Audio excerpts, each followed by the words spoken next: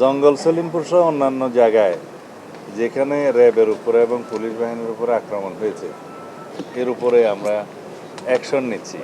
দিনে আমি এখনই পরিকল্পনা ফাঁস করতে চাই না। ইনশাআল্লাহ দেশে আইনের শাসন প্রতিষ্ঠা হবে। সন্ত্রাসীদের অভয়ারণ্য যেখানেই থাকুক সেগুলো নির্মূল করা হবে। মাসে পুলিশের উপর হামলা হয়েছে, 4টি ঘটনা ঘটেছে নারায়ণগঞ্জে। আমরা জঙ্গল সলিমপুর দেখছি যে পুলিশ কিংবা আমাদের র্যাব বাহিনী যারা আছে তারাই আজকে আক্রান্ত আইন শৃঙ্খলা রক্ষা করতে গিয়ে। জনগণ কতটুকু নিরাপদে রাখছে? আপনার কাছে দ্বিতীয় প্রশ্নটি হচ্ছে যে একটা শেষ করি, এটার সাথে রিলেটেড, তাইলে পরে ভুলে যাব। আচ্ছা ঠিক আছে প্লিজ। জঙ্গল সলিমপুর সহ অন্যান্য জায়গায় যেখানে র্যাবের উপরে এবং পুলিশ বাহিনীর উপরে আক্রমণ হয়েছে সেটা আপনাদের মতো আমরা খুব গভীরভাবে দেখেছি এবং এর উপরে আমরা অ্যাকশন নিচ্ছি।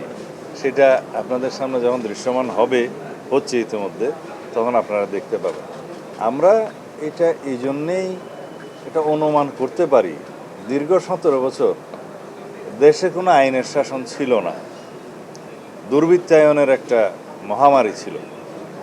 তারা মনে করেছে জঙ্গল সলিমপুর আমরা যেভাবে একটা রাষ্ট্রের ভিতরে রাষ্ট্র হতে দেখেছি, সেটাকে যখন আমরা আইনশৃঙ্খলা রক্ষাকারী বাহিনীর নিয়ন্ত্রণে আনতে পারলাম, ওখানে একটা যৌথ অভিযান চলেছে, অনেক অস্ত্র উদ্ধার হয়েছে, অনেক দাগি আসামি গ্রেফতার হয়েছে।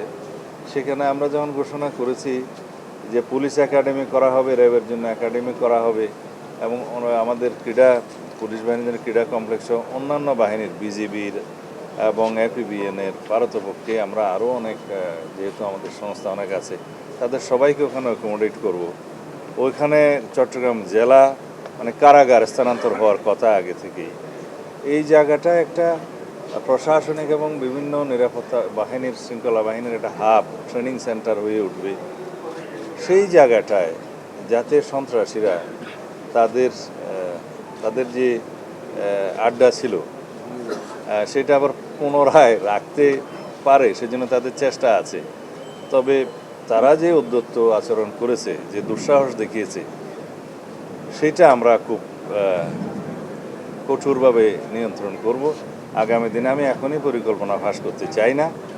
ইনশাআল্লাহ দেশে আইনের শাসন প্রতিষ্ঠা হবে। সন্ত্রাসীদের অভয়ারণ্য যেখানেই থাকুক সেগুলো নির্মূল করা হবে।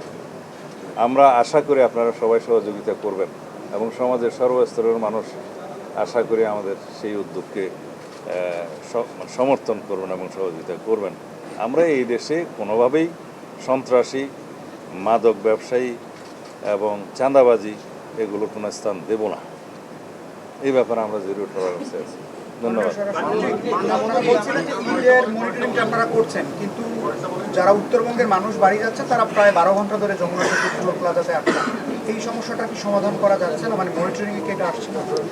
এই সমস্যার সমাধান করতে গেলে কিছু আমাদের যান্ত্রিকভাবে, প্রকৌশলগতভাবে আমাদের কিছু উন্নত প্রযুক্তি ব্যবহার করতে হবে সামনে। কারণ এখন যাচ্ছে ম্যানুয়ালি টোল দিচ্ছে, তারপরে টিকিটটা নিয়ে যাচ্ছে, দীর্ঘ লাইন হয়ে যাচ্ছে।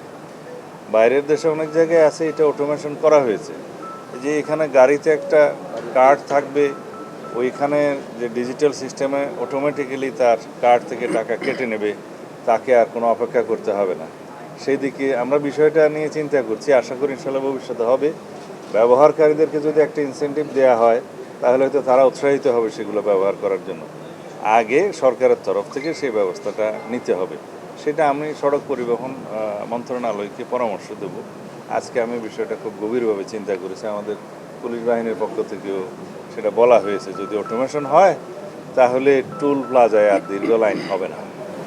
মাননীয় মন্ত্রী, আমরা দেখতে পেয়েছি যে সীমান্তবর্তী এলাকা দহগ্রামের বেড়া নির্মাণ কেন্দ্র করে সুন্দর একটা ভারতীয় সীমান্ত বাহিনী আসছে, ওই নিয়ে বিজিবি বিএসএফের মধ্যে মুখোমুখি অবস্থান তৈরি হয়েছে। এই বিষয়ে সরকার থেকে কী ধরনের দিক নির্দেশনা দেওয়া আছে? এটা স্বাভাবিক প্রক্রিয়া। সীমান্তে যদি কোনো রকমের কোনো সময় সমস্যা হয় তখন ফ্ল্যাগ মিটিংয়ের মাধ্যমে সেটা আলাপ আলোচনার মাধ্যমে উভয় পক্ষে সমাধান করা হয়।